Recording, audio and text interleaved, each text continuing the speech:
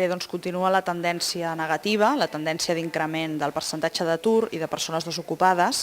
Ens trobem en aquests moments amb 6.000 persones més que el mes anterior, que el mes de maig, i en termes interanuals un 27% més. I això és especialment preocupant perquè el mes de juny tradicionalment és un mes on moltes persones accedeixen al mercat de treball per primera vegada. Això ho reflexen també les dades per sectors.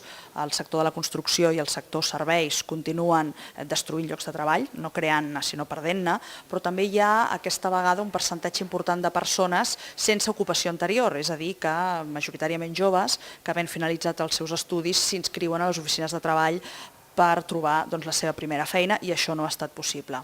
Hi ha una xifra que també creiem que mereix ser destacada, i és que en aquests moments a Catalunya hi ha el doble de persones d'origen immigrant a l'atur que no pas l'any passat. Això també s'explica per la situació actual en què es troba el sector de la construcció. La contractació ha baixat, lògicament, un 11%, i continua tenint un pes excessiu la contractació temporal.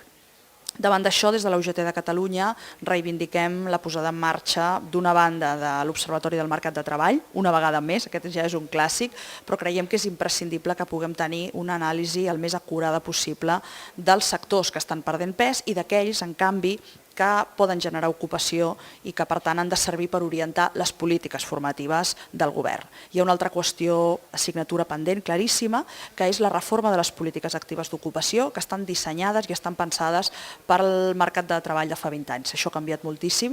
En aquests moments, per exemple, és imperdonable que una persona que es troba en situació d'atur no pugui començar cursos de formació en aquell mateix moment, sinó que s'hagi d'esperar a les diferents convocatòries que promou el Servei d'Ocupació de Catalunya, per exemple. Creiem que això s'ha d'acabar i que ha d'haver una major flexibilitat i que s'adeqüin molt més aquestes polítiques, sobretot les que tenen a veure amb la formació als col·lectius que en aquests moments estan sent més castigats per l'actual situació.